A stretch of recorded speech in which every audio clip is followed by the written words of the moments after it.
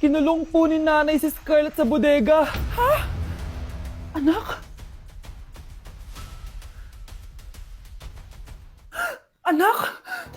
Walang iya talaga yung tita mo. Anak, sorry kung ngayon lang ako nagpakita. Pinakulong kasi ako ng babaeng yan! Deserve mo makulong! Ikaw ang ikukulong namin dahil child abuse ang ginagawa mo. Ano? At hindi mo na din makukuha ang 50% ng mana. Hindi pwede! Nay, masaya ako na nandito ka na. At hindi na din tayo maghihirap dahil sa pamana ni tatay. Masaya din ako, anak. Siyempre kasama ka dito sa Manta.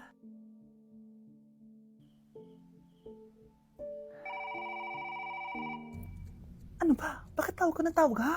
Oo, wala silang kaalam-alam. Sige na, baka mahuli pa tayo.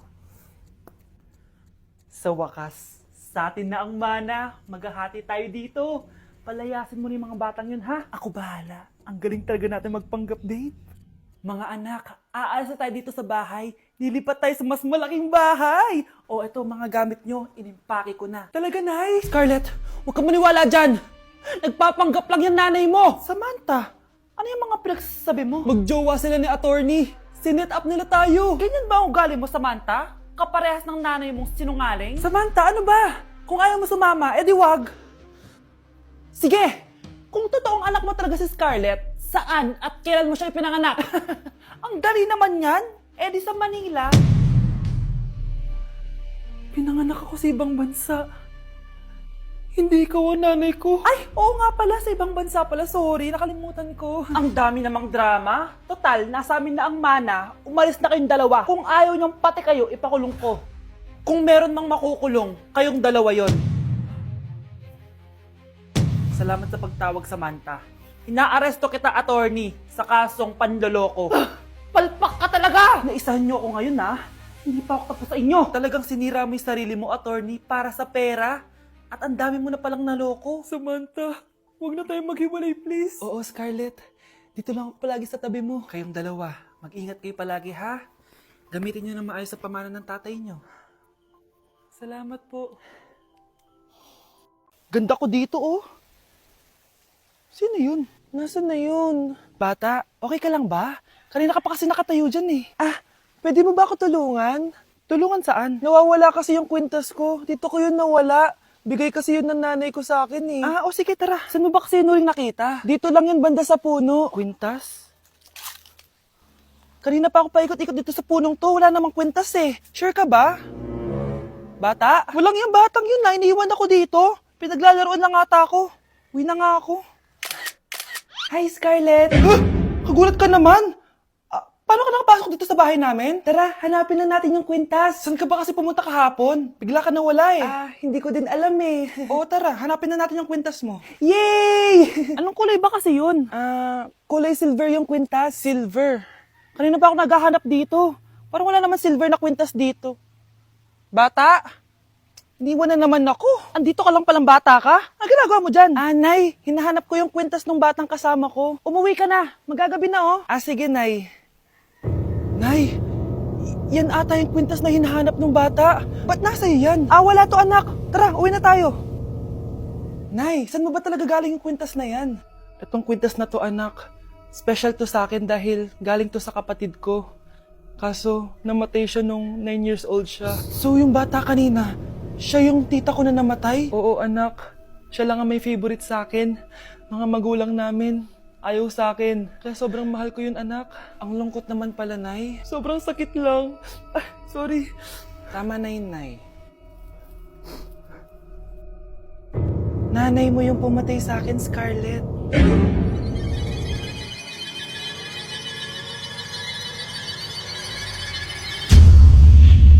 Tama na. Ano to?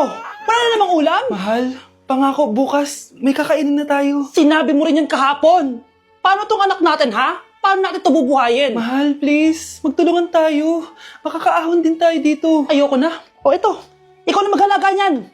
Mahal, please. Huwag mo naman kaming iwan. Babalik na ako sa dati kong buhay. Sa buhay na nakakain ako na masarap. Sa buhay na nakakapag-party ako. Sa buhay na prinsesa ako. Ayoko na ng gantong buhay. Mahal, please. Babawi ako. Kaya mo na yan. At wag mo na ako gugulin, ha? Anak, pangako hindi kita iiwan, ha? Nandito lang ako para sa'yo. Hindi kita papabayaan. Okay, Mr. Ramon? Ma'am, tanggap na po ba ako sa trabaho? Sorry sir. Based sa resume mo, hindi ka pala nakapagtapos ng college. Ang hanap po namin is college graduate.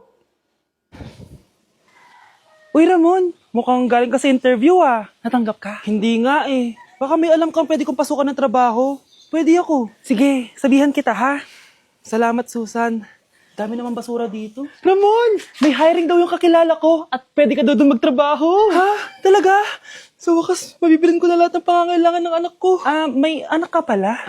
Oo. Iniwan kami ng nanay niya dahil di niya kaya tong gantong buhay. Hayaan mo, hindi mo deserve yun. Wow, ang bilis. May pumalit na agad sa akin? Mali ka nang iniisip. Alam mo ba, Ramon, nabibili ko na lahat ng gusto ko ngayon. Kumakain kami sa magandang restaurant at nakatira ako sa mansyon. Ha?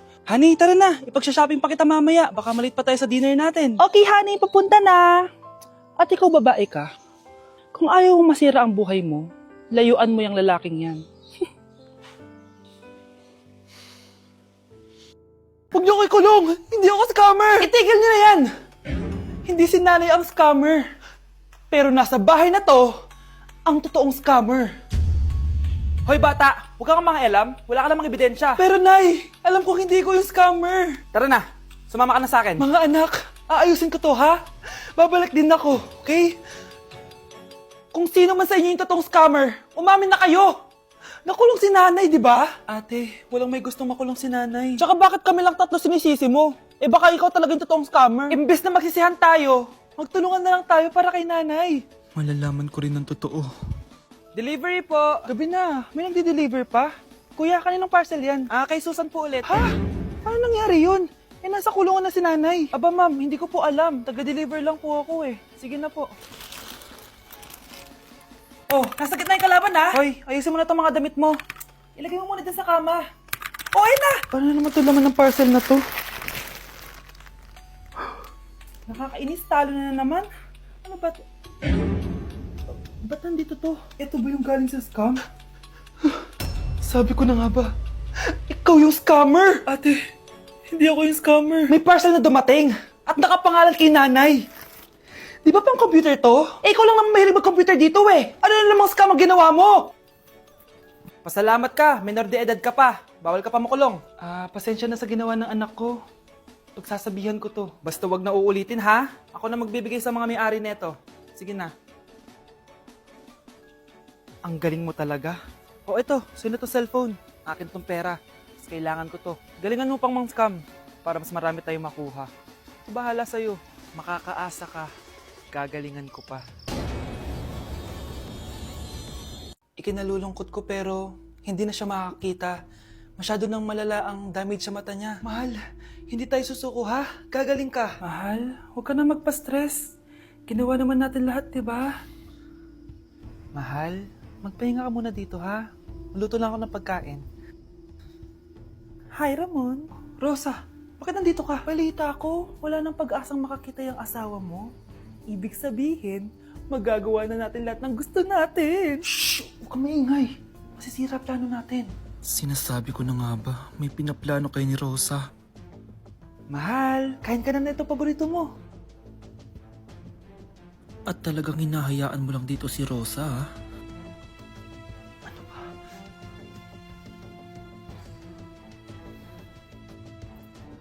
Walang ya kayo? Sa harap ko pa talaga at sa sarili kong bahay? Tay, nabalitaan ko yung nangyari kay nanay. Ipagdasal na lang natin na gumaling pa rin siya, anak. May CCTV dito sa bahay. Kailangan kong makuha yung mga files na yun. Nay? Nay? Nakakakita ka? Anak, please. Huwag mo muna sasabihin kahit kanino na nakakakita na ako. Nay, akala ko ba bulag ka na? Matagal na akong gumaling, anak. Hindi ko lang masabi kasi may masamang kutob ako dyan sa tatay mo. Sir, good news! Base sa recent lab test ng asawa niyo, nagre-recover yung mata niya. Ano? Ba't parang hindi kayo masaya, sir? Uy, Mare, may field trip kasi yung anak mo. Kailangan ng pirma ng parents. Rosa, sumagot ka. Kapag pinirmahan mo to, akin na lahat ng mga kayamanan mo. Oh, pirmahan mo na. Tita, wala naman ako field trip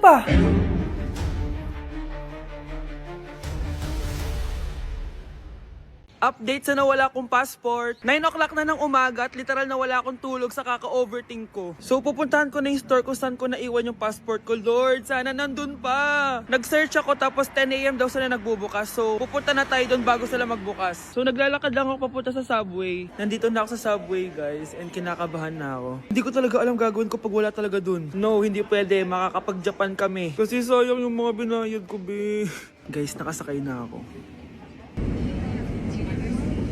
Guys, nandito na tayo. Kinakabahan ako. Tapos naiihi pa ako. Guys, wish me luck, Lord. Please, sana nandun. Nandito na tayo sa Myeongdong, guys. Tapos dun yung papunta dun sa store. Ako lang pala mag-isa ngayon, guys. Hindi ko kasama si Honey Bunch.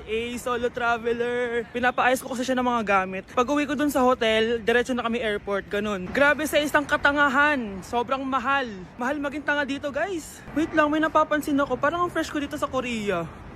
Yung glass skin, no? Ito yung store, yung tier-tier. Diyan ko nawala yung passport ko. Lo, tinitignan ako na ito, oh. Guys, may mga staff na. Try ko magtanong if may nakita silang passport. Sana pansinin ako.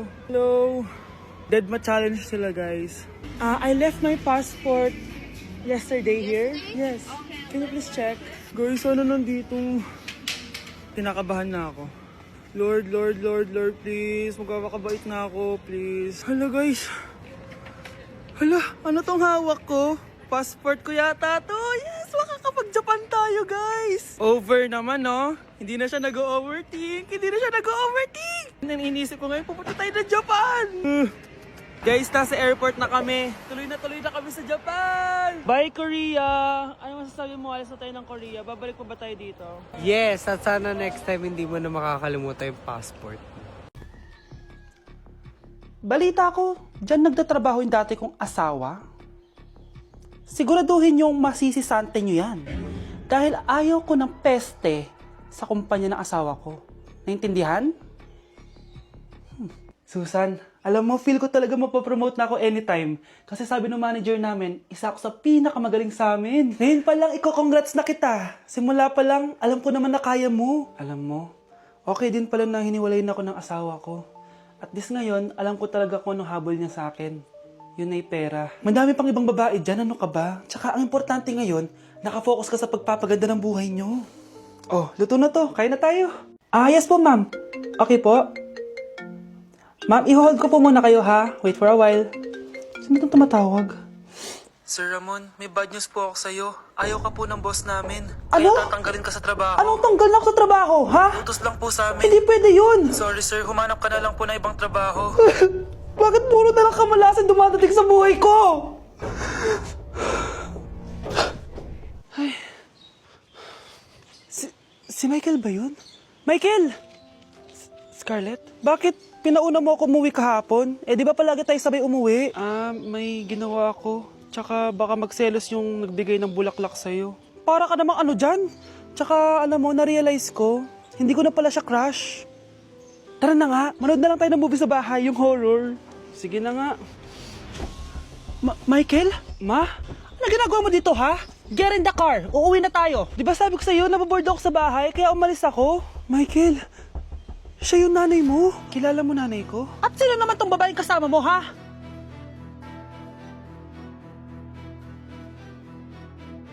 Nay, maniligaw ko nga pala. Hi tita, ako nga pala si Enzo, ang soon-to-be jowa ni Scarlett. Enzo? Anak, di ba yan yung anak ng mayor?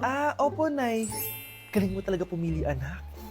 Mukhang magkakapera ako, A few moments later. O sige, pumapayag na ako na maging jowa mo tong anak ko. Yes! Pangako tita, hindi ko papaiyakin si Scarlett.